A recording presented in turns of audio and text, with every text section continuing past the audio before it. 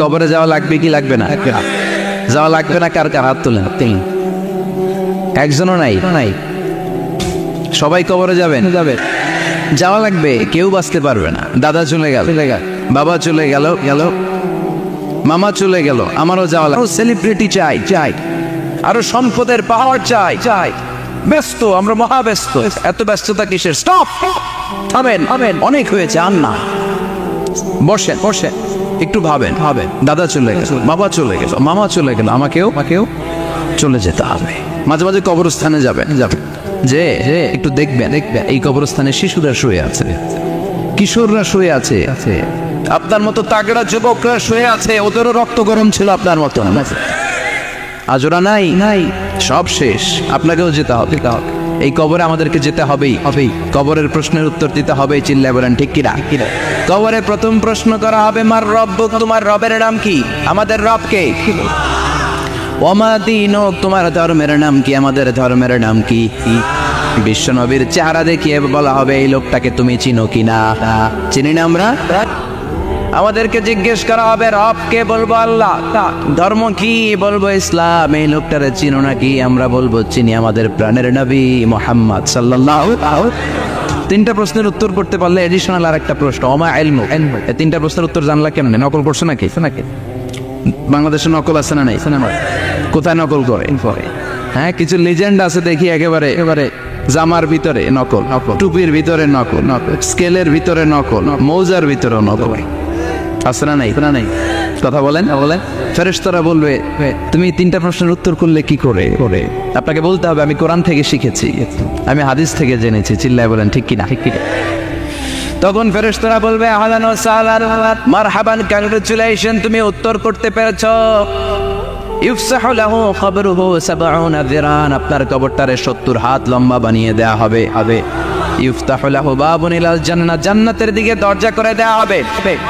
ইলবাসু মিন লিবাসিল জান্নাহ, জান্নাতের পোশাক পরিয়ে দেয়া হবে। আর বলা হবে, নাম কানাও মিল আরুস, বাসর রাতে কনেকে নিয়ে বর যেমনি শান্তির ঘুম, আরামের ঘুম দেয়, তুমিও ঘুম দাও, ঘুমাও। You should get some sleep now, you are very tired man. ঘুমাও, অনেক হয়েছে, ঘুমাও। তোমার এই ঘুম কেউ ভাঙাবে না, ইসরাফিলের সিঙ্গার ফুৎকার ছাড়ো। আল্লাহ লম্বা ঘুম যেন দিতে পারি, তৌফিক দাও। আর যারা ইসলাম বিরোধী, কোরআন বিরোধী, বিশ্বনবী বিরোধী, তাদেরকেও প্রশ্ন করা হবে, তোর রব কে? মার রব্বুক, সে বলবে, লা আদরি, আমি কিছু জানি না, আমি মাপ চাই, দোয়াও চাই। কথা কন, জানি না, আমি কিছুই মনে করতে পারছি না, আমি কিছু জানি না, আমার ধর্ম নাই, কর্ম নাই, আমার ধর্ম যার উৎসব সবাই, আমার কোনো ধর্ম নাই, আমার কোনো নামাজ রোজা নাই, আমার কোনো রব নাই। দ্বিতীয় প্রশ্ন, ওমা দীনুক, তোর ধর্মের নাম কি? সে বলবে, ধর্ম কি? আমি জানি না, আমি ধর্মরে গালি দিতাম, আমি দুনিয়া ইসলাম রে বাস দিতাম, আমি আলেম ওলামাদের বিরোধিতা করতাম, আর শাহবাগের মঞ্চে উঠে ভাষণ দিতাম। আসলে নাই, সব গুমর ফাঁস হয়ে যাবে। ইয়াউমুত তাগাবুন। এরপর বিশ্বনবীর চেহারা দেখিয়ে বলা হবে, এই লোকটারা চিনো নাকি? সে বলবে, চিনি না, তবে আমার বন্ধুরা তার বিরুদ্ধে ব্লগে লিখতো, আমিও ব্যাড কমেন্টস করে দিতাম, এই লোকটার বিরুদ্ধে আমি কার্টুন বানাতাম, এই বিশ্বনবীর বিরুদ্ধে আমি কথা বলতাম। চিল্লায় বলেন ঠিক কিনা? ফেরেশতারা বলবে, লা তারাইতা ওয়ালা তালাইতা, তুই কিছুই পারলি না, তুই তো কপাল পোড়া। ফায়ুতরাকু বিমাতারিকা মিন হাদিদ, লোহার হাতুড়ি দিয়ে পিটিয়ে ওর মাসেলগুলো থেতলে ফেলা হবে। ওয়াইকালু লিল আরদি ইলতাইমি, কবরের দুই পাশের মাটির বলা হবে, চাপ দে, এমন চাপ দিবে, ফাতাখতালিফা আদলাউহু, ডান পাশের পাজরের হাড্ডি বাম দিকে ঢুকে যাবে, বাম পাশের পাজরের হাড্ডি ডান পাশে ঢুকে যাবে। কিয়ামত পর্যন্ত এই মারামারি চলবে। আল্লাহ, এরকম ভয়ঙ্কর পরিস্থিতি থেকে আমাদেরকে বাঁচাও। ওই কবরের আযাব থেকে বাঁচার দরকার আছে না নাই? বিশ্বনবী বললেন, যে ব্যক্তি রাত্রিবেলায় সূরাতুল মুলক তেলাওয়াত করবে, তার কবরের আযাব হবে না। ইন্না হাযিহি সূরাতুন আযীমা মানিআতুন মিন আযাবিল কবর, এই সূরাটা এমন সূরা, সাধারণ কোন সূরা না। এই সূরাতুল মুলক যে রাত্রিবেলায় তেলাওয়াত করবে, তার কবরের আযাব থেকে তারে বাঁচিয়ে দিবে কে?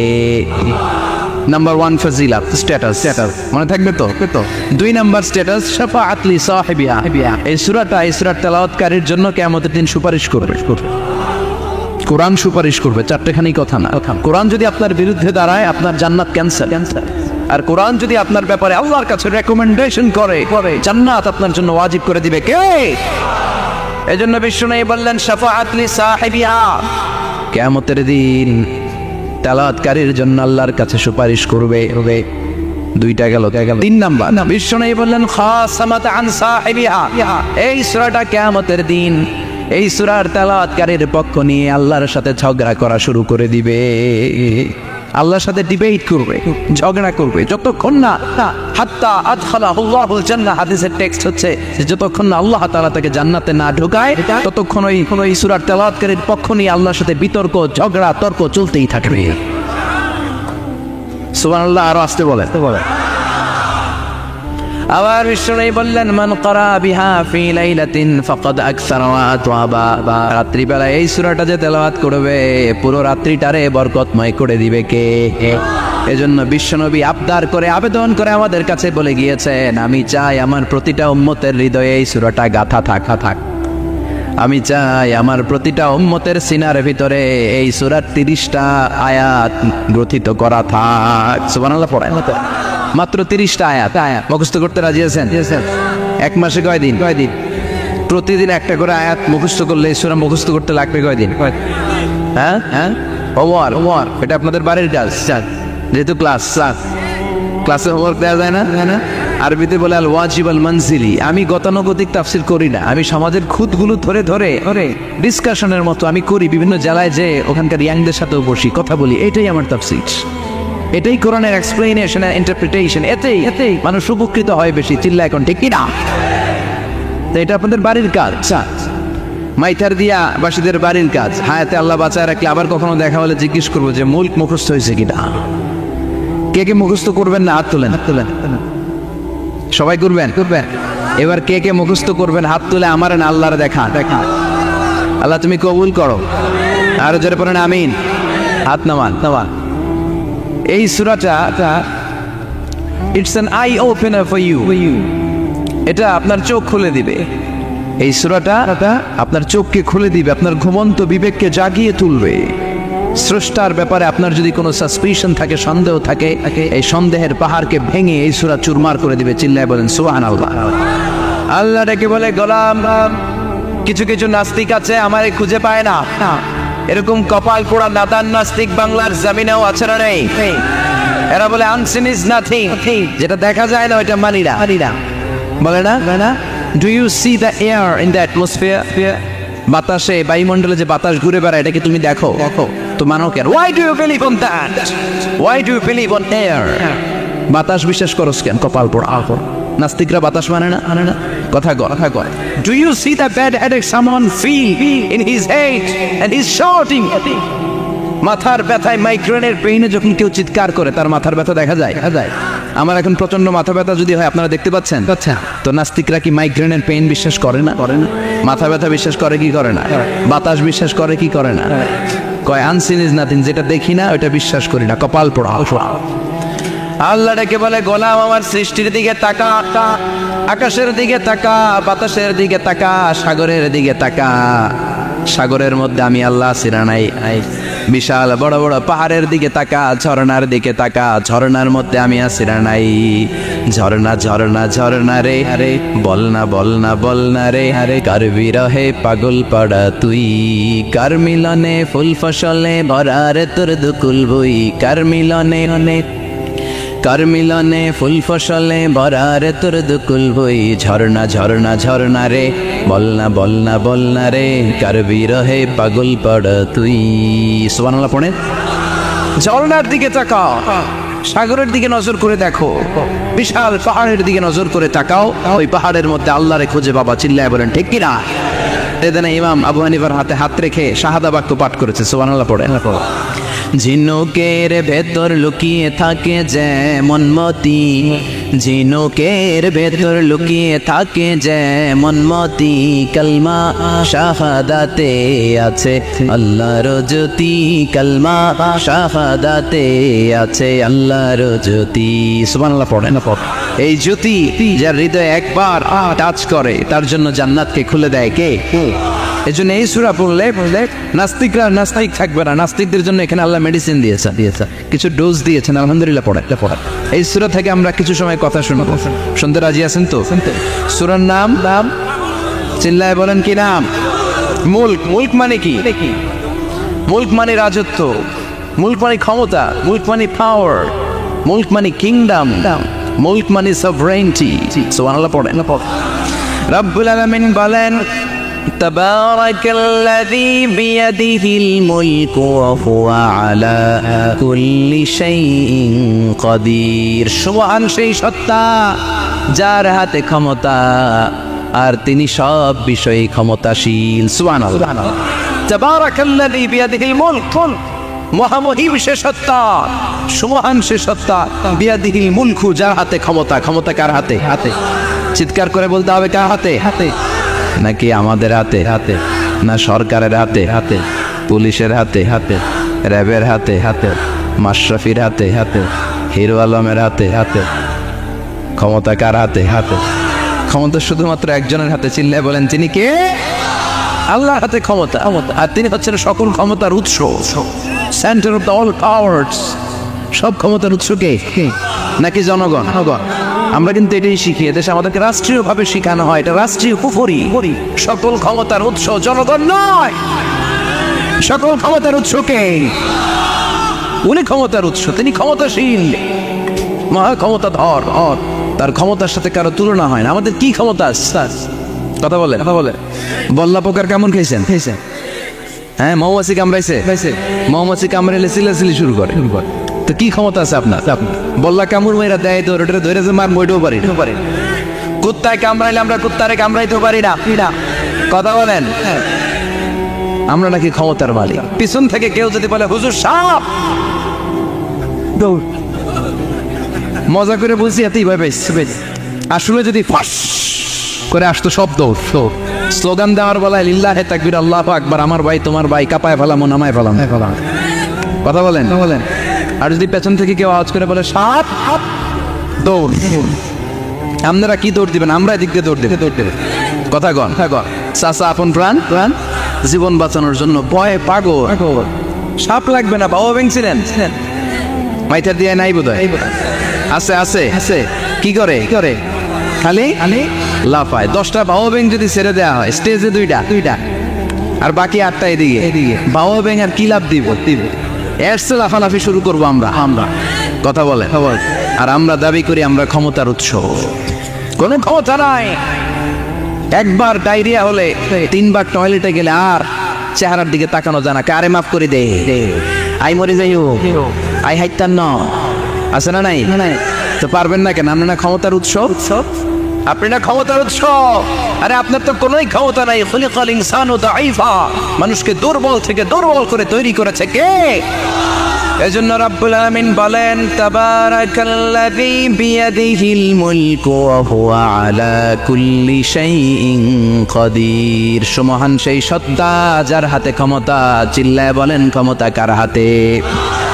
আমাদের হাতে কোনো ক্ষমতা নাই। আমরা হলাম দুর্বল। আমরা কি দুর্বলের ঘরের দুর্বল। আমরা যখন জন্মেছিলাম দুর্বল।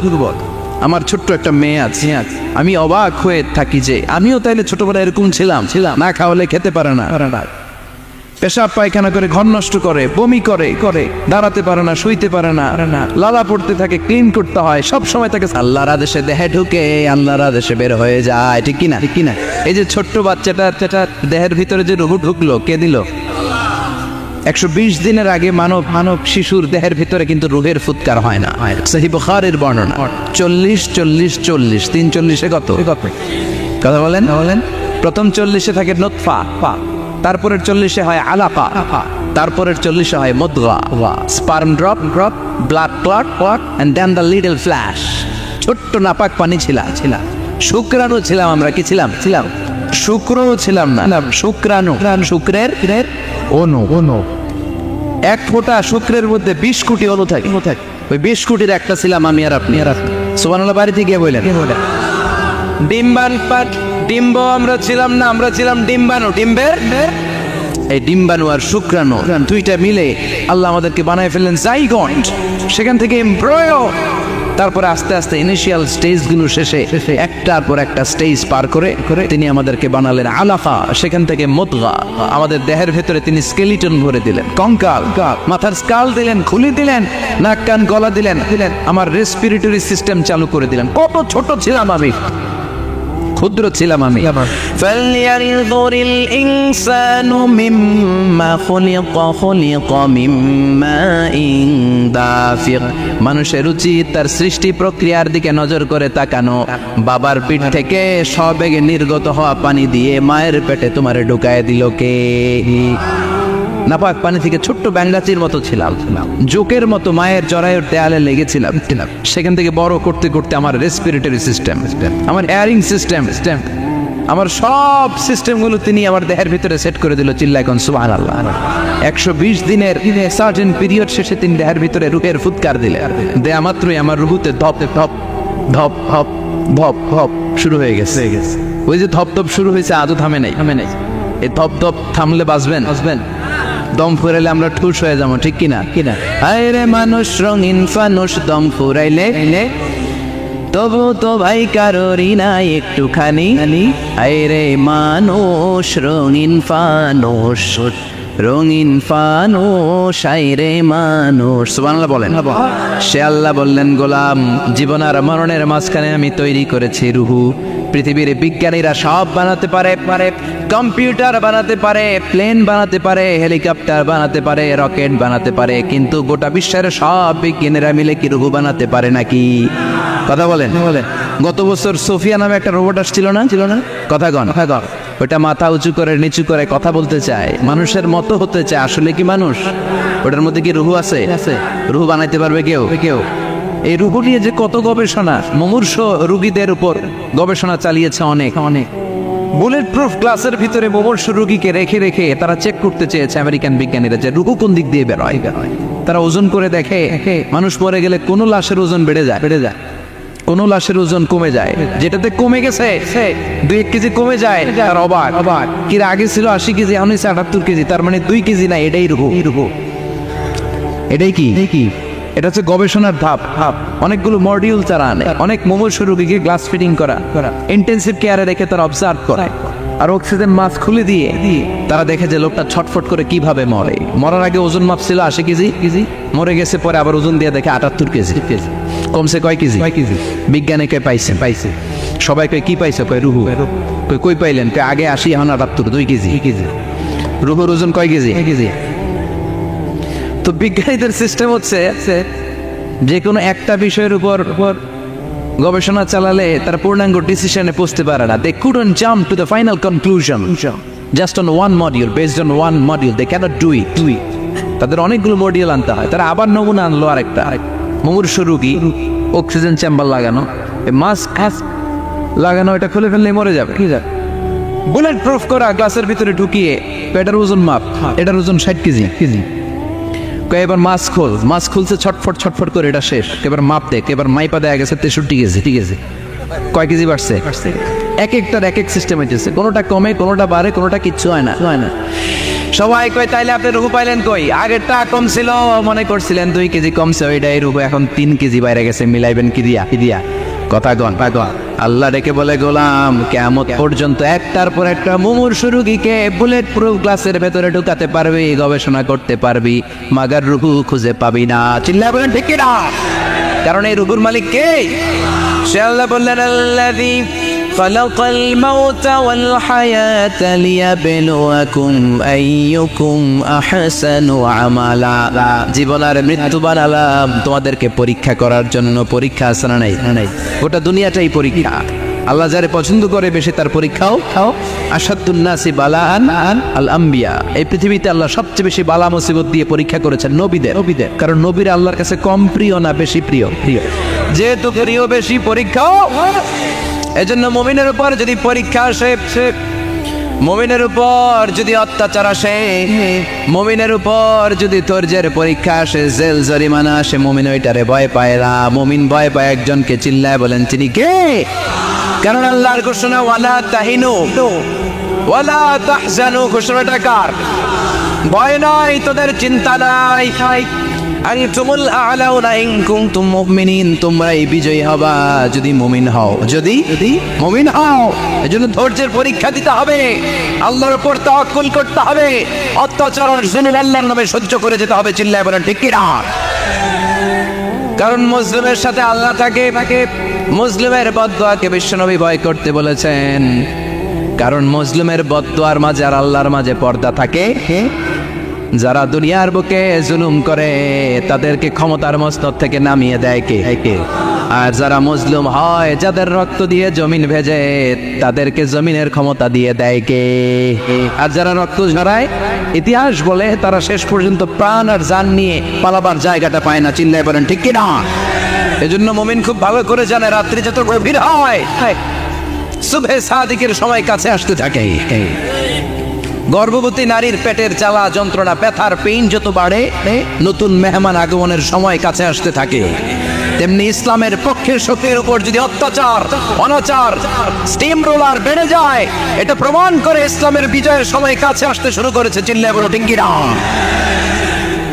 এজন্য রাব্বুল আলামিন ডেকে বলেন, গোলাম লিয়াবলুয়াকুম আইয়ুকুম আহসানু আমালা, কে ভালো আমল করো, কে খারাপ আমল করো, এজন্য আমি জীবন মরণ তৈরি করেছি। চিল্লায় কোন ঠিক কি না? এরপর আল্লাহ বললেন, ওয়ালাকাদ যায়্যানাস সামাআদ দুনিয়া বিমাসাবিহা ওয়া জাআলনাহা রুজুমান লিশ-শায়াতিন। সুবহানাল্লাহ বলেন। ওয়ালাকাদ যায়্যানাস সামাআদ দুনিয়া। মাইকম্যান কোথায়? সাউন্ডটা বাড়াও। এত দুর্বল কেন তোমার সাউন্ড? মনে হচ্ছে আমি মাইক ছাড়া কথা বলছি। সাউন্ডটাকে স্ট্রং করো। ওয়ালাকাদ যায়্যানাস সামাআদ দুনিয়া, I have beautified the closer sky with candles, with light and stars. আল্লাহ বললেন, আমি দুনিয়ার আকাশকে তারা দিয়ে সুশোভিত করেছি। আকাশে তারা আছে না নাই? এগুলো এমনি এমনি হয়েছে না? তৈরি করছে কে? বিশ্বাস হয়? কোনো সন্দেহ আছে? এখন তো লাইটিং ফাইটিং এর যুগে তারার যে কি সৌন্দর্য আমরা বুঝি না। আমরা যখন ছোটবেলা গ্রামে যেতাম, রাতের বেলা তারার মেলা, কি সুন্দর, একটার চেয়ে একটা সুন্দর। শুকতারা, ধ্রুব তারা, সপ্তর্ষিমণ্ডল, 7টা তারার একটা চেইন আছে, চিনেন এগুলো? কি সুন্দর তারা! এগুলো তৈরি করে রেখেছে কে?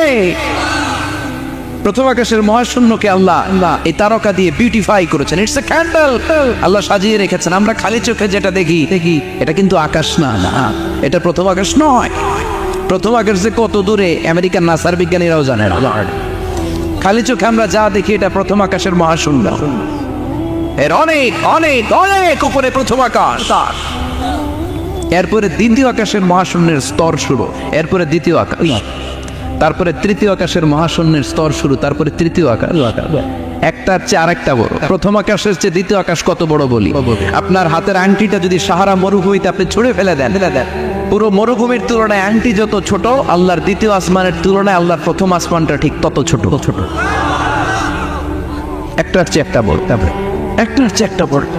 সূর্য দেখে আমরা অবাক হয়ে যাই। 9,30,00,000 মাইল দূরে, এই পৃথিবীর চেয়ে 13 লক্ষ গুণ বড়। এটার সানশাইন, আলো আসতে পৃথিবীতে 8 মিনিট 18 সেকেন্ড লেগে যায়। আমরা মনে করছি সূর্যই বড়। আমরা বসে আছি মাইথার দিয়াতে, তাই না? এই জায়গাটার নাম কি? মাইথার দিয়া। কিন্তু খালি এতটুকু প্যান্ডেলের সমান। কত বড় মাইথার দিয়া! এই পুরো মাইথার দিয়ে কোন থানায় পড়ছে? দাউদকান্দি হচ্ছে কুমিল্লার 16টা থানার একটা, ঠিক কিনা? 16 থানা মিলে কুমিল্লার একটা জেলা। এরকম কয়টা জেলা আছে? 64 জেলা। এই 64 জেলা মিলে আমাদের সুজলা সুফলা, শস্য শ্যামলা, ডিজিটাল বাংলাদেশ। কথা কন। আর বাংলাদেশ হচ্ছে পৃথিবীর সবচেয়ে বড় দেশ। হ্যাঁ, 64 জেলা, এরপরে ছোট। যাদের অ্যাটলাস ম্যাপ নিয়ে যাদের ধারণা আছে তারা দেখবেন বাংলাদেশ এই শব্দটা লেখার জায়গাও আমরা পাই না। মানচিত্রে বাংলাদেশ শব্দটা লেখার জায়গা পায় না। ডিআরএ উঠে যায় ইন্ডিয়ার উপর, ডিএসএ উঠে যায় আবার ইন্ডিয়ার উপর, মাঝখানের দুইটা অক্ষর বাংলাদেশের উপরে পড়ে। চিল্লায় বলেন ঠিক কিনা? এটা কত ছোট দেশ, পাশের ইন্ডিয়া 20-25 গুণ বড়। ইউরোপ আমেরিকার অনেক দেশ আছে, আমেরিকায় বাংলাদেশের চেয়ে শতগুণ বড়, কানাডা কয়েকশো গুণ বড়, রাশিয়া কয়েকশো গুণ বড়। এরকম প্রায় 200 দেশ নিয়ে পৃথিবীর স্থলভাগ আর 70% হচ্ছে শুধু পানি। এই সব মিলে আমাদের এই পৃথিবী। আর এত বড় পৃথিবীর চেয়েও নাকি সূর্য 13 লক্ষ গুণ বড়। তার মানে সূর্যই বড়? না, সূর্যের চেয়ে অনেক বড় তারা আছে। সূর্যের পরে পৃথিবীর সবচেয়ে কাছের যে তারা বা স্টার, ওটার নাম হচ্ছে প্রক্সিমা সেন্ট্রাই। নাম কি? প্রক্সিমা সেন্ট্রাই। এরপরে আলফা সেন্ট্রাই এ, আলফা সেন্ট্রাই বি, ইটা ক্যারিনা, বেটেলজিউস, এরকম একটার পর একটা তারা। যেই সূর্য পৃথিবীর চেয়ে 13 লক্ষ গুণ বড়, বেটেলজিউস নামে একটা তারা আছে, ওটা সূর্যের চেয়ে 33 কোটি গুণ বড়। তার মানে কি বেটেলজিউসই সবচেয়ে বড় না? ছোট্ট একটা তারা। এই বেটেলজিউসরে খেয়ে ফেলাইতে পারে এরকম 1000 কোটি গুণ বড় সাইজের তারা আছে না নাই? এরকম কয়েক বিলিয়ন তারা নিয়ে আমাদের গ্যালাক্সি গঠিত। আমাদের গ্যালাক্সি, এটার নাম মিল্কি ওয়ে। এটার নাম কি? আমাদের গ্যালাক্সি। এই গ্যালাক্সিতে আমাদের অবস্থান। এরকম কত হাজার কোটি গ্যালাক্সি আছে আমেরিকার নাসার বিজ্ঞানীরাও জানেন। আমাদের গ্যালাক্সির সবচেয়ে কাছের যে গ্যালাক্সি, ওই গ্যালাক্সিটার নাম হচ্ছে অ্যান্ড্রোমেডা। কি নাম? অ্যান্ড্রোমেডা। আমাদের গ্যালাক্সি থেকে কেউ যদি কাছের গ্যালাক্সি অ্যান্ড্রোমেডাতে যেতে চায়, তার 2.5 মিলিয়ন লাইট ইয়ার্স সময় লেগে যাবে। কথাটা কঠিন হয়ে গেছে, আমি ভেঙে বলি, তারপরে সুবহানাল্লাহ কই। আমাদের গ্যালাক্সির নাম মিল্কি ওয়ে। মিল্কি ওয়ে থেকে যদি কেউ অ্যান্ড্রোমেডাতে যেতে যায়, কত সময় লাগবে? 2.5 million light year. Light year মানে আলোক বর্ষ। আলোর গতিতে যদি ছোটা যায়, 2.5 মিলিয়ন মানে হচ্ছে প্রায় 25 লক্ষ।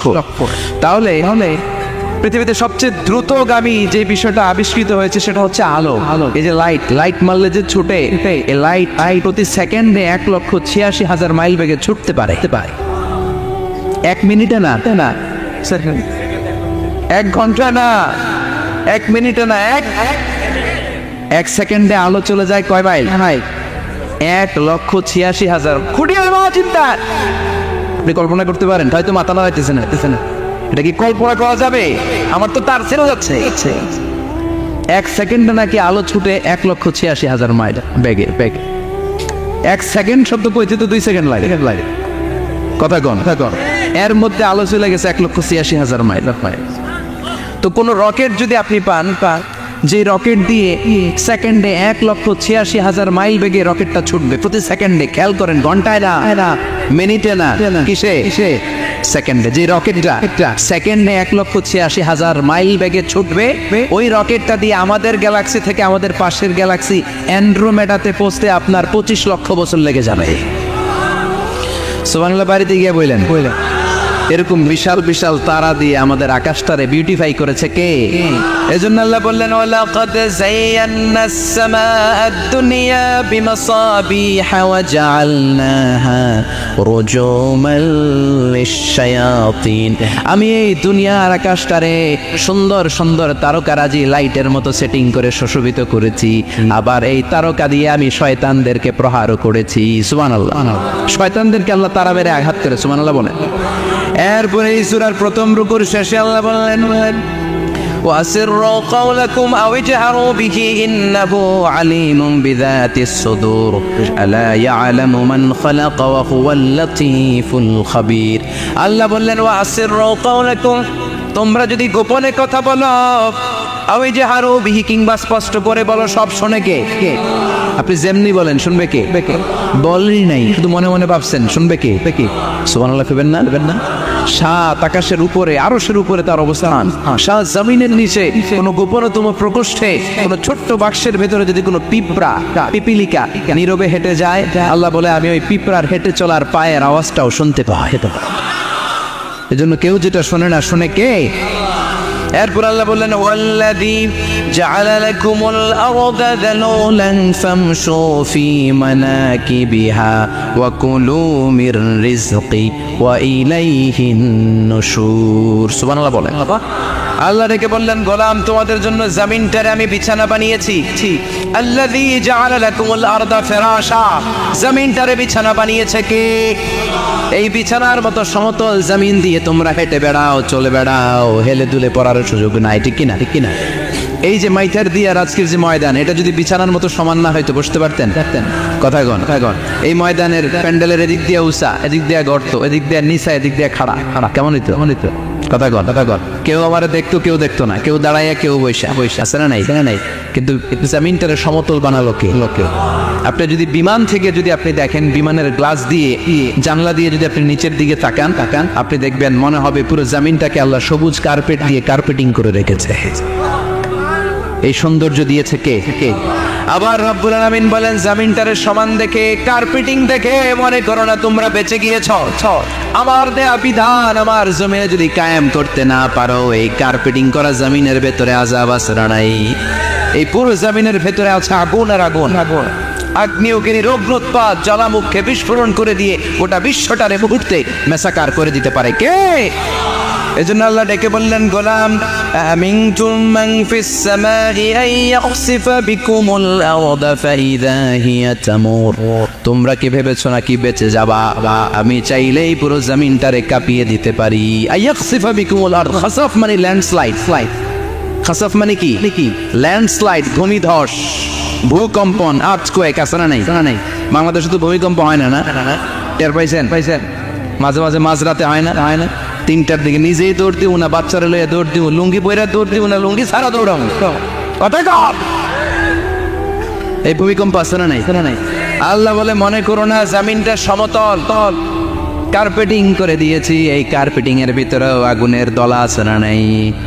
আবার আল্লাহ বললেন, আমিনতুম মান ফিস সামাই আন ইউরসিলা আলাইকুম হাসিবা, নিচে যেমনি কার্পেটিং করা জমিনের ভেতরে অগ্নুৎপাত রেখে দিয়েছি, মাথার উপর থেকে আযাব দেওয়ার সুযোগ আছে না নাই? চাইলে আল্লাহ অগ্নি বৃষ্টি দিতে পারে, আগুন বৃষ্টি দিতে পারে, ঠান্ডার বজ্রপাত দিতে পারে। আপনারা লূত আলাইহিস সালামের কওমের নাম শুনেছেন? তারা হোমোসেক্সুয়ালিটি, সমকামিতা করত। ফলে আল্লাহ তাআলা বিশাল এক চিৎকার মেরে সাইয়েদনা জিবরাইলের মাধ্যমে পুরো জমিনটা শেষ করে দিলেন। ফাজআলনা আলিয়াহা সাফিলাহা ওয়া আমতারনা আলাইহিম হিজারাতাম মিন সিজ্জিল, তাদের অপকর্মের কারণে জর্ডানের ওই এলাকাটাকে আল্লাহ বললেন, জিবরাইল এলাকাটারে হাতে তুলে নে, আকাশের উপরে তুলে পুরো এলাকা সহ মানুষ সহ জমিনের মধ্যে গেড়ে দে। জমিনের নিচের মাটি উপরে নিয়ে গেল কে? উপরের মাটি নিচে নিয়ে গেল কে? পুরো জায়গাটা এখন ডেড সি হয়ে গেছে। কি ডেড সি নাম শোনেন নাই বোধহয়? আজকে শুনে রাখেন, এটারে বলে মৃত সাগর। এটা গজবের জায়গা, ওখানে মানুষও ডুবে না। লবণের ডেনসিটি, সল্টের ডেনসিটি এত হাই, এই পানির মধ্যে এত গজব, এর মধ্যে কোনো মাছ জন্মায় না, চিংড়ি জন্মায় না, কাঁকড়া জন্মায় না, ব্যাঙ হয় না, শ্যাওলা হয় না, কিচ্ছু বাঁচে না। এটা গজবের জায়গা, চিন্তায় বলেন ঠিক কিনা? যে আল্লাহ জর্ডানের এলাকাটারে ধ্বংস করে দিল, ওই আল্লাহ আজও আছে না নাই? এই জন্য নিজ দিয়ে তিনি যেমনি আযাব দিতে পারেন, ভূমিকম্প দিতে পারেন, জলোচ্ছ্বাস দিতে পারেন, উপর থেকে তিনি শিলাবৃষ্টি দিতে পারেন কি পারেন না? মাইথার দিয়ে কখনো শিলাবৃষ্টি হয়েছিল? হ্যাঁ, ফসল ক্ষেত শেষ করে দেয় না? ছাগল টাগল মরে যায়। ছাগল যদি ইয়েতে থাকে ক্ষেতের মধ্যে, বড় শিলা মাথায় পড়লে শেষ, মানুষও শেষ, টিনের চালও শেষ। কথা কন। এরপরে আল্লাহ যদি উল্কা বৃষ্টি পাঠায়, উল্কা যদি পড়ে, কই যাবে? কোথায় যাবেন আপনি? উল্কা চিনেন? মহাশূন্যে বিশাল পাথরের খণ্ড ঘর্ষণ খেয়ে পৃথিবীর ভেতরে ঢুকে যায়। এই পৃথিবীতে সবচেয়ে বড় উল্কাপিণ্ড পড়েছে সাউথ আফ্রিকাতে। সাউথ আফ্রিকার একটা সিটি আছে, হোবা সিটি। এই হোবা শহরে 60 মেট্রিক টন ওজনের একটা উল্কা পড়েছিল, যেখানে পড়েছে পুরো জায়গাটা বিশাল খাদ হয়ে গিয়েছে। এরকম একটা উল্কা যদি এখানে পড়ে আজকে, বাঁচার উপায় আছে? যে বিল্ডিং এ আমরা থাকি, রাতের বেলায় ঘুমাই আর ধুম্মা চলে ধুম দেখি রাতে, ওই বিল্ডিং এ যদি একটা পড়ে, কথা কন, ডান্স ক্লাব গুলোর উপর যদি পড়ে, পতিতালয় যেগুলো আছে ওগুলা যদি পড়ে, যে হোটেল গুলার মধ্যে আকাম কুকাম হয় ওইটার উপর যদি পড়ে, নাকি আল্লাহর এখন দেয়ার ক্ষমতা নাই? তা নাই। কথা কন। তার মানে বেঁচে গেছো, পার পেয়ে গেছো মনে করো না, নিজ দিয়েও আযাব আছে, উপর দিয়েও আযাব আছে। চিল্লায় বলেন ঠিক কিনা? এজন্য ভয় পেতে হবে একজন সত্তাকে, তিনি কে? সব ক্ষমতার মালিক কে? এরপরে আল্লাহ বললেন আওয়ালাম يروا إلى الطير فوقهم صافات ويقبضن ما يمسكهن إلا الرحمن إنه بكل شيء بصير سبحان الله বলেন আল্লাহ বলেন তোরা নাস্তিক হস কেমন করে মানুষ নাস্তিক হয় কেমন করে মানুষ কি মুক্ত বিহঙ্গের দিকে নজর করে তাকায় না আকাশে মুক্ত বিহঙ্গ নাই বিহঙ্গ বুঝছেন তো পাখি পাখির কথা কোরআনে বললো কে সুবহানাল্লাহ কইবেন না وأرسل عليهم طيرا أبابيل আবার কাবা ভাঙতে এলে পাঠাও আবাবিল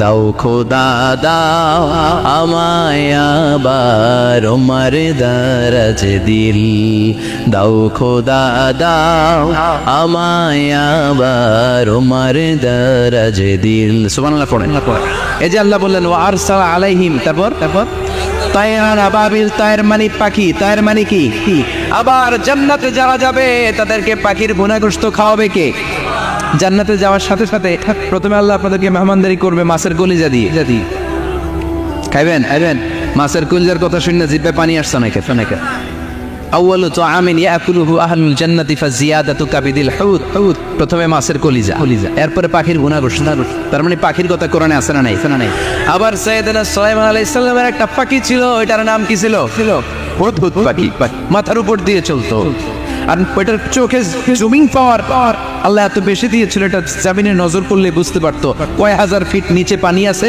পানিটা মিষ্টি না লবণাক্ত না কেমন দেখে মুহূর্তের মধ্যে সাইয়েদনা সুলাইমানের কাছে সব তথ্য সরবরাহ করে দিত সুবহানাল্লাহ এজন্য আল্লাহ বললেন নাস্তিকগুলো কি পাখির দিকে তাকায় না এই পাখির দিকে তাকালে পাখির রব আল্লাহরে খুঁজে পাওয়া যায় পাখির দিকে তাকালে মুক্ত বিহঙ্গের দিকে তাকালে কেমন করে পাখিগুলো উড়ে যায় এই পাখিগুলো আকাশে ধরে রাখে কে মা ইউমসিকুহুন্না ইল্লা রহমান ওই রহমান ছাড়া কেউ পাখিগুলোর শূন্যে ধরে রাখতে পারে না কত শত আয়াতে যে আল্লাহ পাখির কথা বলেছেন হিসাব নাই কত ধরনের পাখি যে আল্লাহ বানিয়েছেন কোনো হিসাব নাই আপনারা ঘরে জিওগ্রাফিক্যাল চ্যানেলগুলো দেখেন হ্যাঁ না জি বাংলা দেখেন স্টার জলসা কিরণমালা কি দেখেন জিওগ্রাফিক্যাল চ্যানেল দেখবেন ওখানে দেখবেন একটা পাখি আল্লাহ তৈরি করেছে পৃথিবীর সবচেয়ে ছোট পাখি নাম হলো হামিং বার্ড কি নাম the smallest bird ever in the world সবচেয়ে ছোট এটা প্রাপ্তবয়স্কে 3 থেকে 5 ইঞ্চি লম্বা হয় এটার পূর্ণ যৌবন এটা লম্বা কতদূর 3 থেকে 5 ইঞ্চি এটা প্রতি সেকেন্ডে ডানা ঝাপটাতে পারে 80 বার কয়বার আমাদের ডানা আছে না দুইটা আপনি আপনার ডানা 1 সেকেন্ডে কয়বার ঝাপটাতে পারবেন হ্যাঁ আমি ঝাপটাইলাম কয়টা হয়েছে 1 সেকেন্ডে হ্যাঁ 3টা 4টা ঝাপটা দিতেই আমার সেকেন্ড শেষ কিন্তু এই পাখিটা প্রতি সেকেন্ডে তার 2 পাখা ঝাপটায় কয়বার পৃথিবীর সব পাখি সামনে ওড়ে তো এই পাখি সামনে যেমনি ওড়ে এট দ্য সেম টাইম এই পাখি পিছনের দিকে উঠতে পারে সুবহানাল্লাহ বাড়িতে যাই বললেন ইউরোপের আল্পস পর্বতমালায় গুগল করবেন যে আজকে গুগলে লিখবেন যে আলপিন সুইফট একটা পাখি আছে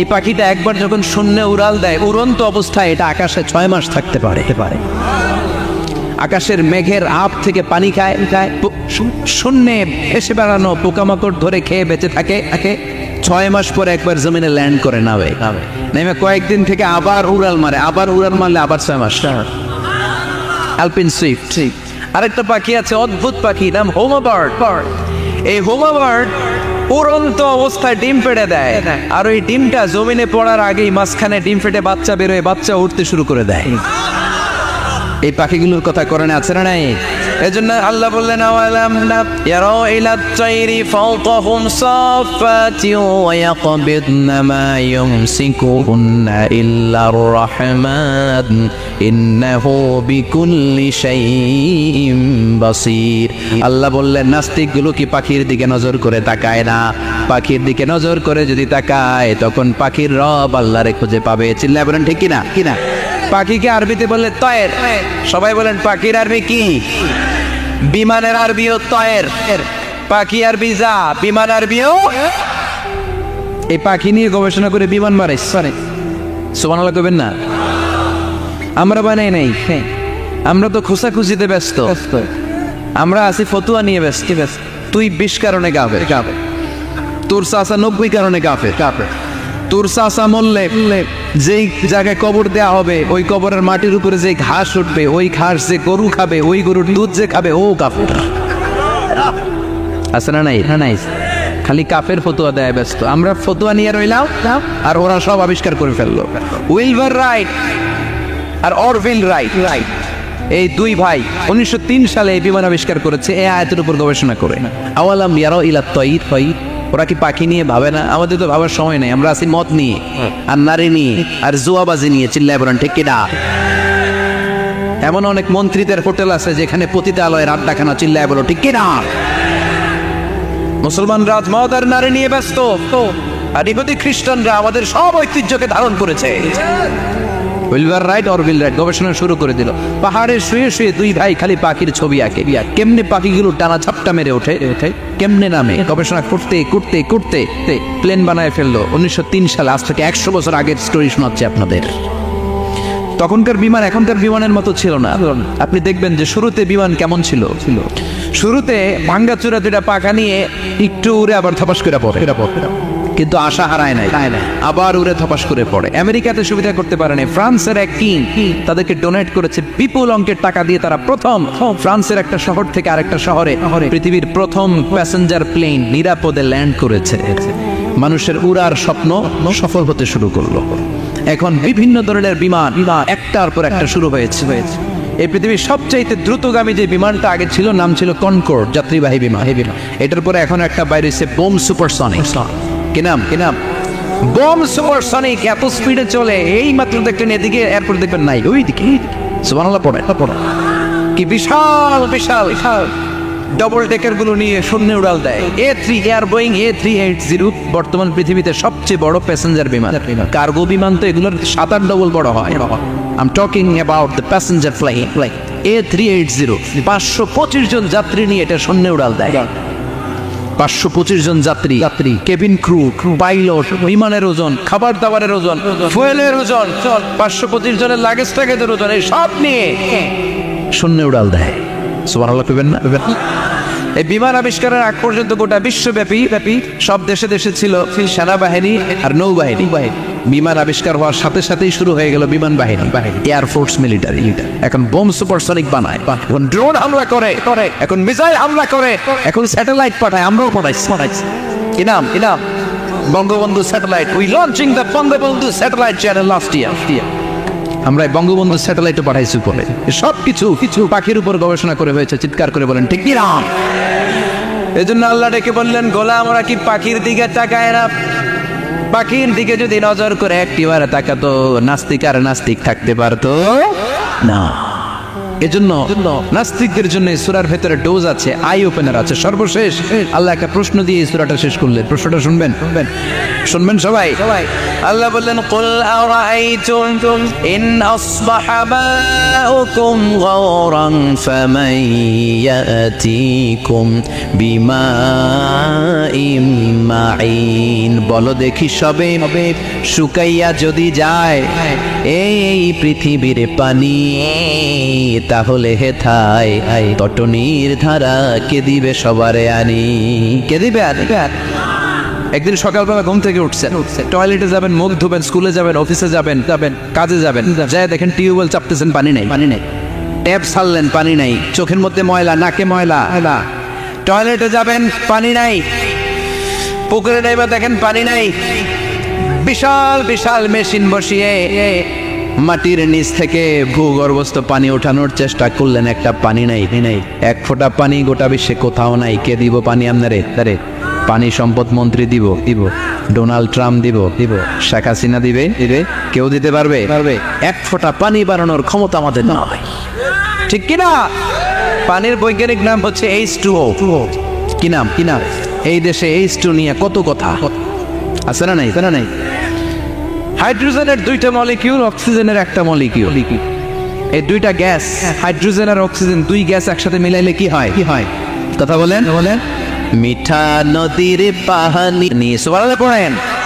আল্লাহ বললেন ঘুম থেকে উঠে যদি দেখো পৃথিবীর সব পানিগুলো একেবারে পৃথিবীর নিচে চলে গেছে, কোন মাধ্যম দিয়ে এক ফোঁটা পানির জোগাড় আর বন্দোবস্ত করা যায় না, কে তোদেরকে পানি এনে দিবে? কথা কন আল্লাহ ছাড়া এক ফোঁটা পানি এনে দেওয়ার মতো ক্ষমতা কারো আছে নাকি? আবার পানি থেকে পৃথিবীর সব কিছুরে বানালো কে?